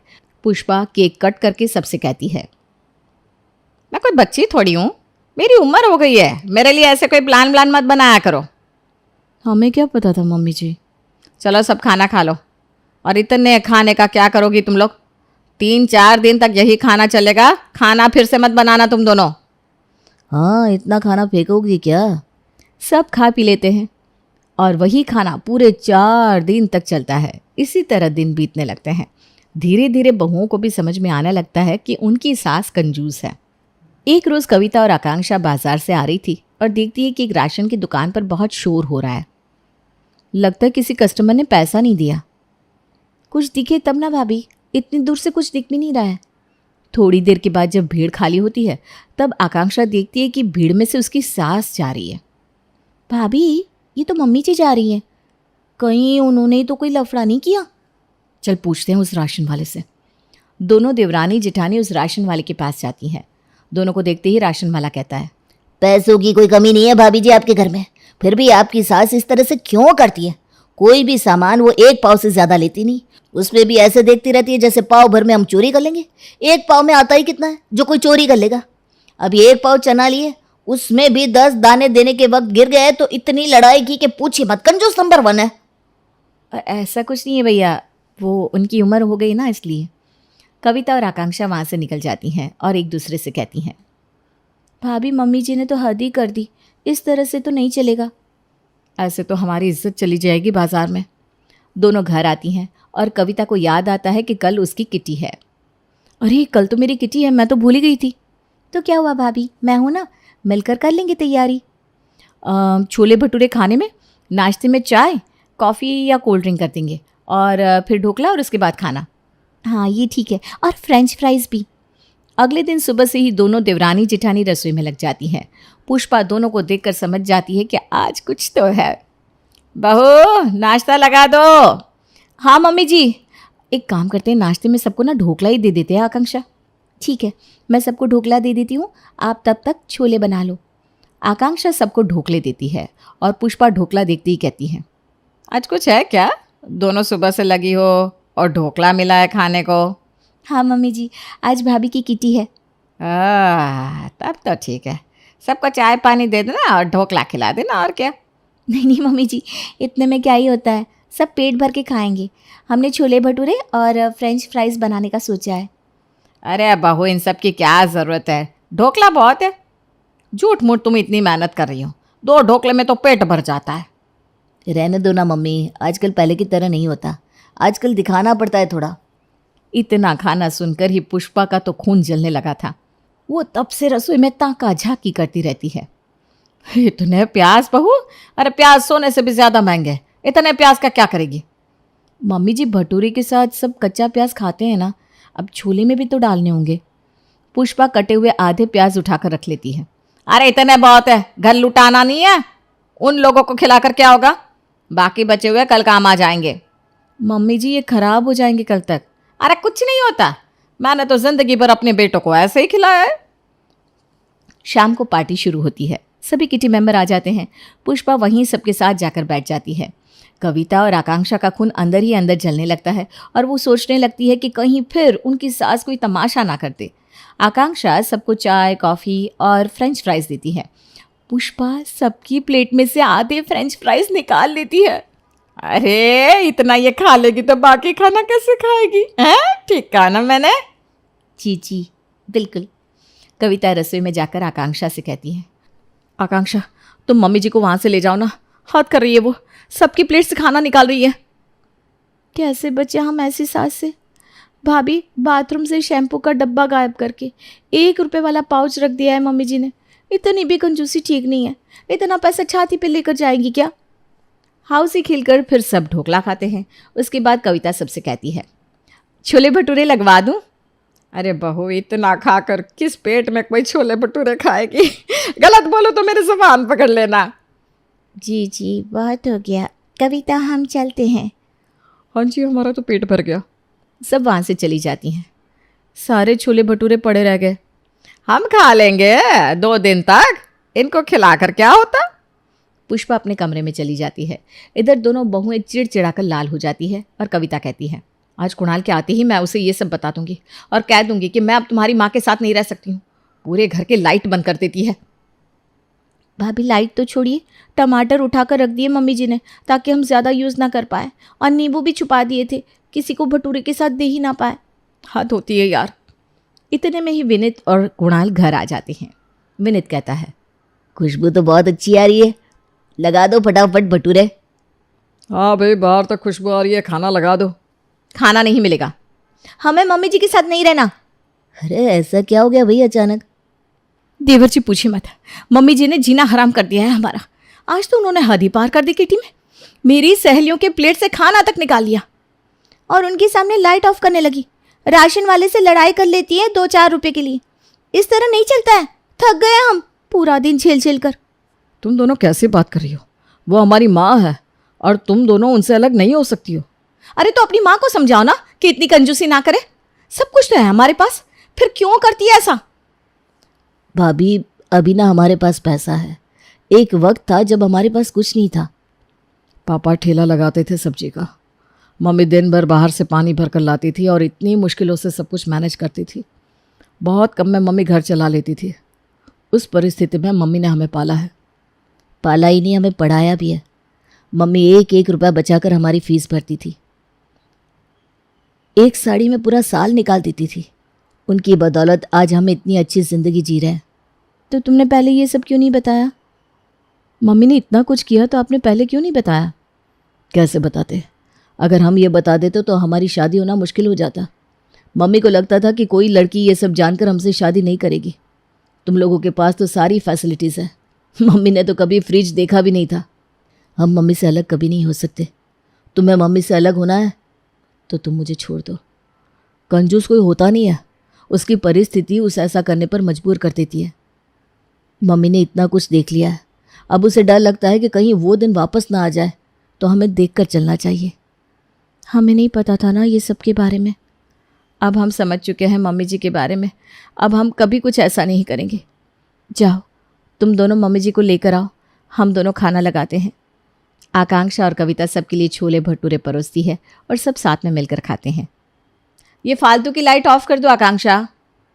भाभी, कल भी हम यही खा लेंगे। हाँ, पुष्पा मुस्कुराने लगती है और दोनों बहुओं उसकी ओर देखकर कहती हैं, अब हमें ही तो घर देखकर चलना होगा ना। क्या मम्मी जी? सोनम का मन पढ़ाई लिखाई में कम लगता था, लेकिन उसकी माँ चाहती थी कि बेटी पढ़ लिख कर अपने पैरों पर खड़ी हो जाए। बेटा, कुछ नहीं रखा है ये फालतू की चीजों में। पढ़ लिख कर कुछ बन जा। पैसे कमाएगी तो तेरी कीमत रहेगी सबकी नजर में, नहीं तो नौकरानी बनकर रह जाएगी। क्या करूँ माँ, मेरा पढ़ने में मन ही नहीं लगता। तू कुछ ऐसा बता ना कि मेरी कीमत भी बनी रहे और मुझे पढ़ाई भी ना करनी पड़े। माँ को सोनम की बात सुनकर गुस्सा आता है। वो सोचती है कि कैसे इस लड़की को समझाए कि पढ़ाई की कीमत क्या होती है। तभी उसे एक आइडिया आता है। देख बेटा, एक तरीका है जिससे तुझे पढ़ाई भी नहीं करनी पड़ेगी और तेरी इज्जत भी पूरी होगी। सोनम खुश हो जाती है। वो क्या माँ? तू ना हाउसवाइफ बन जा। उससे क्या होगा कि तेरा पति कमाएगा अच्छा और तू ऐश करना। क्या सही है ना? सोनम कुछ सोचती है, फिर हाँ ये ठीक रहेगा माँ। क्या है ना, ज्यादा चिक भी नहीं, पढ़ाई लिखाई की जरूरत भी नहीं ना कोई ज्यादा काम। बस सुबह का काम करो और दिन भर सो जाओ, फिर शाम को थोड़ा काम करो और पति के साथ घूमने निकल जाओ। ये ठीक रहेगा माँ। तू ना मेरी शादी ही करवा दे। माँ को मन ही मन गुस्सा आता है कि कैसे सोनम झट से शादी के लिए मान गई। खैर, फिर अगले दिन तुमने किसी को बुलाया है क्या सोनम की शादी के लिए? हाँ, क्यों आ गए क्या वो लोग? अरे लेकिन अभी तो उसकी उम्र ही नहीं है शादी की, अभी उसकी पढ़ाई की उम्र है। सोनम भी वहां आ जाती है। हाँ, तो पढ़ाई तो कर रही हूँ, लेकिन मुझसे ना नहीं हो रही पढ़ाई। तो शादी कर लेते ना पापा, क्यों ही पैसे बर्बाद किए जाए। पिता माँ की ओर देखते हैं। माँ भी पिता को यह आश्वासन दिलाती है कि सब ठीक हो जाएगा। अब क्या, लड़के वाले आकर बैठ जाते हैं। हाँ जी, कहाँ है लड़की? सोनम सामने से आती है। सोनम को देखकर लड़की की माँ बोल पड़ती है, बेटा जरा दीदी को तो लेकर आओ। यही है लड़की बहन जी। है? अरे जेल करवाओगी क्या? ये तो छोटी है। लग रही है, लेकिन अभी 18 की हो गई है। हाँ, लेकिन 18 में कौन करता है लड़की की शादी? इसे तो पढ़ाओ लिखाओ। अरे वक्त बर्बाद कर दिया आपने हमारा। लड़के वाले उठकर चले जाते हैं। मैंने कहा था ना, ये इसके पढ़ने लिखने का वक्त है। हाँ है तो, लेकिन सोनम का मन पढ़ाई में है ही नहीं, तो मैं क्या करूं? उसे हाउसवाइफ बनना है, क्योंकि उसमें ना कुछ पढ़ना लिखना है ना ही कोई काम। क्यों सोनम? हाँ माँ, कोई ना, तू मेरे लिए दूसरा लड़का देख। वैसे भी ये लड़का कम अंकल ज्यादा लग रहा था। अरे तेरी उम्र के लिए तो सभी अंकल ही है। खैर, सोनम मुंह बनाकर चली जाती है। उसके जाने के बाद पिता हैरानी से माँ की ओर देखते हैं। क्या लगता है हाउसवाइफ बनना इतना आसान है क्या? तुम खुद घर संभाल रही हो, तुम जानती हो। अरे लेकिन सोनम को कौन समझाए?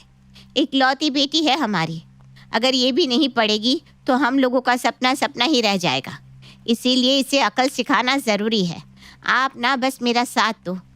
अब रोज कोई ना कोई सोनम को देखने आता, लेकिन कभी उसकी उम्र तो कभी पढ़ाई लिखाई का हवाला देकर शादी करने से इनकार कर देता। मेरा लड़का लाखों में कमाता है, कैसे इस छिपकली से लड़के से शादी कर ले हम? जा रहे हैं, नमस्ते। लड़के वालों के जाने के बाद माँ, क्या करूँ? कोई मुझसे शादी करने को तैयार ही नहीं हो रहा। मुझसे तो पढ़ाई नहीं होगी। माँ, कुछ करना शादी के लिए। हाँ बेटा, कोशिश तो कर ही रही हूँ, और क्या कर सकते हैं बेटा। तभी पिता आ जाते हैं। मेरे पास एक रिश्ता है, लेकिन लड़के की माँ काफी गुस्से वाली है। वो कह रही है कि पहले वो सोनम को अपने घर में 4 दिन रख कर देखेगी। अगर सोनम बहू के रूप में हर काम में फिट रही तो ही शादी के लिए हाँ करेगी। बोलो, मंजूर है? अरे हाँ हाँ, मंजूर है मंजूर है। बोल दो पापा, मैं कल ही उन लोगों के घर चली जाती हूँ। बस पढ़ाई ना करनी पड़े उसके लिए सोनम किसी के भी घर में 4 दिन की बहू बनने के लिए भी तैयार हो जाती है। अगले रोज पिता उसे उसके 4 दिन के ससुराल में छोड़ आते हैं। ससुराल का पहला दिन। क्या बात है, कितना बड़ा घर है इन लोगों का। तभी सामने से हीरो जैसा एक लड़का आता है। तुम सोनम हो ना? हाँ, और तुम? तभी उसकी होने वाली सास सामने आती है। पति होने वाला है ये तुम्हारा। तुम क्या कर रही हो? आप बोलो। सोनम लड़की को देखकर खुश हो जाती है। हाय रे, कितना प्यारा है ये, बिल्कुल राजकुमार की तरह।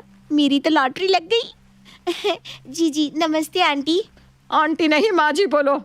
देखो सोनम, मेरे पास सब कुछ है, बस मुझे एक अच्छी लड़की चाहिए। वैसे तो इस घर में नौकर चाकर सब है, लेकिन फिर भी मैं चाहती हूँ कि मेरे घर की बहू को सब कुछ आना चाहिए। क्यों नहीं, सही बात है भाई। बहू को वैसे भी क्या चाहिए, सोने के लिए रात तो होती है, लेकिन घर का काम होता है, थोड़ा बहुत काम तो कर ही लेना चाहिए बहू को। सास सोनम की ओर देखती है। एक तो जबान तेज है तेरी, जबान में लगाम लगा बहू। बड़े घर की बहू एक काम बोलती है, समझी? सोनम को तो गुस्सा आ जाता है कि घर की बहू बनाने के लिए बुलाया है या नौकरानी। माँ मैं कॉलेज जा रहा हूँ, आज टेस्ट है मेरा। सोनम खड़ी क्यों हो? कॉलेज जा रहा है, सुनाई नहीं दे रहा? वैसे तुम्हें तो पढ़ाई लिखाई से कोई मतलब नहीं है। टिफिन लगा दो इसका तब तक। सोनम किचन में जाकर होने वाले पति का टिफिन लगा कर आती है। ठीक है, वैसे जानकर हैरानी हुई कि तुम पढ़ना नहीं चाहती। माँ मैं इसे कैसे अपने दोस्तों के बीच बिठाऊंगा? वही तो देखना है बेटा, इसलिए तो इसे 4 दिन के लिए रखा है। बिना पढ़ी लिखी लड़की को बहू कौन बनाता है? ऐ जा जाकर छत से कपड़े उतार ला। सोनम छत में जाती है तो उसे वहां नौकरानी खड़ी दिखती है। नमस्ते छोटी मालकिन, इस हफ्ते आप टेस्ट के लिए आए हो ना? टेस्ट के लिए मतलब? वो क्या ना मालकिन हर हफ्ते किसी ना किसी लड़की को घर में बहू बनाने के लिए टेस्ट में रखती है। लेकिन क्या? वैसे कितनी पढ़ी लिखी है आप? 12वीं। क्यों? फिर उसके बाद पढ़ना होता तो क्या यहाँ बहू के टेस्ट के लिए आती मैं? तू भी ना यार कुछ भी। मैं भी 12वीं में थी ना, तब टेस्ट के लिए आई थी। बहू तो नहीं बन पाई, लेकिन कुछ साल बाद पता चला कि जीवन जीने के लिए पैसे कमाने कितने जरूरी है। कोई और तो काम नहीं दे रहा था, तो इस घर की नौकरानी ही बन गई। सोनम को तो इस बात से झटका ही लगता है कि हाय रे, क्या ऐसा भी होता है? सोनम नौकरानी से बात कर ही रही थी कि सास चिल्ला कर बोलती है। अरे क्या नाम है नई लड़की का? क्या करने लग गई छत पर? सोनम भाग कर नीचे आती है। ये सारे कपड़े अच्छे से प्रेस करके तय लगा दे, समझी? सोनम से उसकी होने वाली सास सारा दिन काम कराती, रात को पैर भी दबवाती और जमीन पे सुलाती। सोनम इतनी थकी होती है कि अगली सुबह उसे उठने में देर हो गई। क्या बात है? क्या देर हो गई उठने में? अरे एक तो अनपढ़ गवार, ऊपर से सोना पसंद है। अरे तुम क्या ही किसी के घर की बहू बनोगी? सोनम फटाफट सोकर उठती है। वो बाहर कमरे में जाती है तो सामने उसका होने वाला पति टेनिस खेल रहा था। शिट, तुम अब उठी हो? यार तुम तो आलसी भी हो, ऐसे कैसे होगा? माँ प्लीज भगाओ ना इसे यहाँ से, मैं इस पर अपने पैसे बर्बाद नहीं करूंगा। सोनम को लड़की की बात पर गुस्सा आता है। ओए सुनो, भगाओ से क्या मतलब है? ऐसे वैसे घर की नहीं हूँ, मेरे पापा भी अच्छा कमाते हैं, समझे? तभी उसकी होने वाली सास आ जाती है। हाँ तो तेरे पापा की हम बहुत इज्जत भी तो करते हैं, उन्हें नहीं भगा रहे हम, और कमाते तो तेरे पापा है, तू नहीं समझी? माँ ऐसी लड़की से कौन शादी करेगा जो ना कमाती धमाती है और ना ही पढ़ी लिखी है और ना ही समाज में उसे कोई जानता भी है। इसका तो अपना कोई अस्तित्व है ही नहीं। किसी की बेटी, किसी की बीवी ही बनना है इसे। अरे जो लड़का तुमसे शादी करेगा वो भी तो ये समझेगा ना कि किसका पति है वो। सोनम को लड़की की बात सही लगती है। वो समझ जाती है कि उसे भी अपनी पहचान बनाना जरूरी है। और हाँ, हम नहीं बना सकते तुझे अपने घर की बहू, तो अभी आप यहाँ से जा सकती हैं। तभी वहाँ वो नौकरानी भी आ जाती है। आप परेशान ना होना, अगर फिर भी कोई शादी ना करे और कहीं पैसे कमाने लायक भी ना हो ना, तो मालकिन आपको यह नौकरानी के रूप में रख ही लेगी। पूरी 2000 देती है महीने का। अरे रखो 2000 तुम। और हाँ, तुम्हारी लड़की को जरूरत हो ना कभी पैसे की तो आकर ले जाना मुझसे। बड़े आए इस घर में 4 दिन क्या 4 मिनट ना रहूं मैं। अरे औरत, मेरा बैग घर भिजवा देना। पूरी अकड़ के साथ सोनम वहां से निकल जाती है। सोनम की होने वाली सास सोनम के पापा को फोन करती है। भाई साहब, लगता है आपकी बेटी को पढ़ने की इच्छा जग गई है। जैसा आपने कहा था, हमने वैसा ही नाटक किया और वो सफल भी रहा। शुक्रिया भाभी जी, आप लोगों का परिवार हम लोगों के लिए हमेशा फैमिली रहा है। लगता है वो आ गई, मैं बाद में बात करता हूँ आपसे। सोनम तनाती हुई घर आती है। अरे क्या हो गया बेटा, तुम तो 4 दिन के लिए गई थी ना। अरे बेटे, बड़ी मुश्किल से कोई तैयार हुआ था, अब कौन करेगा तुमसे शादी। तुम तो। माँ की बात सोनम बीच में ही काट देती है। माँ, मैं पढ़ूंगी लिखूंगी, खुद के पैरों में खड़ी होंगी। माना हाउसवाइफ एक अच्छी बात होती है, लेकिन मैं घर के साथ साथ अपनी जिंदगी को भी संवारूंगी। शादी का प्लान कैंसिल। और हाँ माँ, अब लड़के नहीं, मैं लड़कों को चूज करूंगी, समझी आप। सोनम ये बोलकर वहां से निकल जाती है और पीछे से माता पिता खुश हो जाते हैं। सौतेली सास। निमृत अपनी माँ और पिता के साथ रहा करती थी। अब निमृत की शादी की उम्र हो चुकी थी। उसकी सभी सहेलियों की तो शादी भी हो चुकी थी। निमृत को अपनी शादी को लेकर काफी अरमान थे। ऐसे ही एक दिन निमृत अपनी बचपन की दोस्त दिया को फोन करती है। दिया, कैसी है तू अपने ससुराल में? शादी की बात तो तू मुझे भूल ही गई है। मैं बिल्कुल ठीक हूँ निमृत, तू बता तू कैसी है और कब शादी कर रही है? यार, शादी के लिए तैयार तो मैं भी हूँ, इसलिए तू भी विश कर कि जल्द से जल्द मेरी शादी हो जाए। लेकिन मेरे लिए ना ढंग का कोई लड़का ही नहीं मिल रहा। वैसे तू बता, तेरे ससुराल में सब कैसे है? तेरी सास कैसी है? मैंने जहाँ तक सुना है सास बहुत खड़ूस होती है। क्या सच में सास ऐसी होती है? अब सास को लेकर मैं तुझे क्या बताऊं निमृत, मेरी सास थी तो मेरा जीना हराम कर रखा है। बस यही वजह है कि मैं तुझे फ़ोन नहीं कर पाती। तू नहीं जानती, पर मेरी सास को ना हर चीज़ में नुक्स निकालने की आदत है। थोड़ा खाना ज़्यादा बन जाए तो उन्हें परेशानी होती है। अरे कितना ही स्वादिष्ट खाना बना दो, कमियां फिर भी निकाल देती है। और खुद घर का ना एक काम नहीं करती, ऊपर से मुझे काम चोर कहती है। रात में 1 बजे मैं जाती हूँ सोने के लिए और फिर सुबह 5 बजे उठना पड़ता है। और लेकिन फिर भी ना कोई कदर नहीं है मेरी। दिया के मुंह से सास की बुराइयां सुनकर निमृत का भी शादी से मन हटने लगता है और वो हर समय इसी सोच में रहती है कि आखिर सच में सास इतनी बुरी होती है। तभी उसकी एक और दोस्त निधि का फोन आता है और निमृत निधि से भी सेम सवाल करती है। तब निधि जवाब देती है, अरे पागल है तू भी ना दिया की बात को इतना सीरियसली ले रही है। दिया तुझसे मजाक कर रही थी, वो अभी भी लाइन पर है, यकीन नहीं हो रहा तो खुद पूछ ले। अब निमृत अपनी दोनों दोस्तों से बातें करती है, जिसके बाद निमृत के मन से सास के लिए डर खत्म हो जाता है। अब ऐसे ही बहुत जल्द निमृत का रिश्ता निखिल नाम के एक बहुत ही स्मार्ट लड़के से तय हो जाता है और बहुत जल्द निमृत की शादी निखिल से हो जाती है। पर ये क्या, शादी के बाद निमृत के सारे अरमान चकनाचूर हो जाते हैं, क्योंकि उसके घर में आती ही उसकी सास रूबी उससे अच्छा व्यवहार नहीं करती। शादी के अगले ही दिन, अरे ओ महारानी, खाली निखिल के साथ ही गप्पे लड़ाती रहोगी या फिर घर का थोड़ा काम भी करोगी? जब से आई हो तब से आराम कर रही हो। हमारी भी शादी हुई थी, पर हम तुम्हारी तरह नहीं थके से थे। हाँ? वो माँ जी, मैं निखिल जी के कपड़े प्रेस कर रही थी। बहू, मानते हैं तुम्हारा पति निखिल है, पर इसका मतलब यह नहीं कि तुम घर का और कोई काम ना करो। अगर अपने पति की सेवा करनी हो गई हो तो अपनी सास के भी थोड़े पैर दबा दो। निमृत अपनी सास के पैर दबाने लगती है, पर फिर भी रूबी निमृत को ही भला बुरा कहती है। अब ऐसे ही कुछ दिन बीत जाते हैं। रूबी निमृत को जरा भी आराम करने नहीं देती। अपनी सास की इन आदतों से अब निमृत परेशान होने लगती है और एक दिन, क्यों रे बहू, तो क्या ससुराल में मुफ्त की रोटियां तोड़ने आई है जो तूने आज कपड़े नहीं धोए? वो माँ जी, आज मेरी तबीयत थोड़ी ठीक नहीं थी ना, बस इस वजह से। मैं कल सुबह सारे कपड़े धो दूंगी। ये सुनकर रूबी उसका हाथ पकड़कर मोड़ देती है और उसे धमकाते हुए कहती है, बहू, अगर तेरी जगह मेरी सगी बहू होती ना तो भी हम उसके साथ यही करते, और तू तो हमारी सौतेली बहू है और हम तेरी सौतेली सास, समझी? अगर अपनी सौतेली सास के अत्याचारों से बचना है तो उसके पैर के नीचे दब के रहना सीख ले, समझी? इस तरह से रूबी निमृत के हाथ में सारे गंदे कपड़े थमा देती है। बेचारी निमृत रोते हुए पूरी रात कपड़े धोती है, ये सब देखकर निखिल को अच्छा नहीं लगता और वो निमृत की मदद करने के लिए उसके पास जाता है।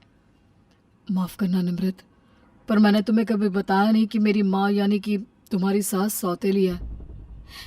निखिल जी, पिताजी ने दूसरी शादी क्यों की? मैं सिर्फ 5 साल का था जब मेरी माँ मुझे छोड़कर चली गई। उन्होंने दूसरी शादी कर ली थी और उन्हें दिखाने के लिए ही पिताजी ने भी दूसरी शादी कर ली। मेरे माँ बाप ने कभी भी मेरे बारे में नहीं सोचा। मेरी सौतेली माँ मुझसे नफरत करती है क्योंकि उनकी खुद की कोई संतान नहीं हुई। मुझे माफ़ करना निमृत, मैं चाह कर भी तुम्हारी कोई मदद नहीं कर सकता। अगर मैंने तुम्हारी मदद की तो माँ फिर से तुम्हें कोई नई सज़ा दे देंगी। निखिल जी, सज़ा तो मुझे मिल ही रही है शादी करके। मैंने सोचा था सास माँ समान होती है, पर आज मेरी सारी गलत फहमियाँ दूर हो गई। और उससे भी ज़्यादा दुख मुझे इस बात का है कि आप सब जानते हुए भी कुछ नहीं कर रहे। मैं जानता हूँ निमृत, पर मेरी मजबूरी है। निखिल निमृत से बात कर ही रहा होता है कि तभी उसे रूबी के आने की आहट आती है और वो जल्दी से वहाँ से अपने कमरे में चला जाता है। निमृत सारे कपड़े धोकर जैसे ही अपने कमरे में जाने लगती है, वैसे ही रूबी निमृत को अपने कमरे में बुला लेती है और कहती है, क्या बहुरानी, बहुत नींद आ रही है या फिर पति की याद आ रही है? पर क्या करे, अब तुझे सौतेली सास जो मिली है उसे भी तो देखना पड़ेगा।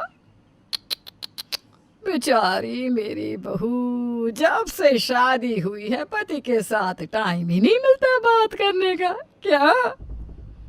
माँ जी, मैं सिर्फ अपने पति के लिए ये सब कर रही हूँ, वरना आप जैसी सासों को सीधा करना मुझे आता है। मैं नहीं जानती कि ऐसी क्या बात है जो निखिल जी आपके खिलाफ नहीं जाते। निमृत इतना बोलती ही है कि तभी रूबी निमृत के बाल पकड़ लेती है और उससे कहती है, तो फिर मेरी प्यारी बहू, जैसे तेरा पति गूंगा और अंधा बना बैठा है, वैसे तू भी गूंगी और अंधी बन जा। अगर ज्यादा मुंह चलाया ना तो जुबान काट लूंगी। इतना बोलकर रूबी वहां से चली जाती है। पर अब निमृत अपनी सौतेली सास का और अत्याचार सहना नहीं चाहती थी, इसलिए वो अपनी सास के खिलाफ आवाज उठाने की सोचती है। साथ ही वो अपने पति को भी अपनी माँ के खिलाफ बोलने के लिए कहती है, निखिल जी, मेरे बहुत अरमान थे। अगर मुझे शादी से पहले पता होता कि मेरी सास ऐसी होगी तो मैं ये शादी ही नहीं करती। पर मुझे सबसे ज़्यादा आपके लिए दुख हो रहा है कि आप इतने सालों से अपनी सौतेली माँ का अत्याचार सह रहे हैं। पर मुझे समझ में नहीं आता कि जब घर की सारी जिम्मेदारियाँ सब कुछ आपके हाथों में है तो आप अपनी सौतेली माँ का अत्याचार क्यों सह रहे हैं? निमृत, क्योंकि मेरे पापा की जान उस औरत के हाथ में है। मैं अपने पापा से बहुत प्यार करता हूँ। अगर मैं अपनी सौतेली माँ के खिलाफ गया तो वो मेरे पापा को मार देगी और आज मेरे पापा की जो हालत है वो उन्हीं की वजह से है। अच्छा, तो ये बात है, यही है उस औरत का राज। कोई बात नहीं, अब उसको उसके किए की सज़ा ज़रूर मिलेगी। उसको उसके कर्मों की सज़ा कोई नहीं दे पाया ना, लेकिन अब बस बहुत हुआ। मैं उस औरत को उसके किए की सज़ा दूंगी। लेकिन तुम ऐसा क्या करोगे निमृत? वो सब मुझ पर छोड़ दीजिए निखिल जी। अब मैं आपको और अपने पापा जी को उस औरत का और अत्याचार नहीं सहने दूंगी। बहुत हो गया। अब जैसे ही निमृत को अपनी सौतेली सास के बारे में पता चलता है, वो बिना कुछ सोचे समझे अपने विकलांग ससुर को अपने मायके भेज देती है और रूबी के खिलाफ कंप्लेंट दर्ज करवा देती है। जिसके बाद रूबी की सारी चालाकी धरी की धरी रह जाती है और पुलिस उसे गिरफ्तार करके उसके किए की सजा देती है। तो वहीं दूसरी ओर निमृत, जैसा कि उसने शादी के बाद अपना जीवन जीने का सोचा था, वो उसी तरह से अपने ससुराल में बिना सास के एक खुशहाल जीवन जीती है।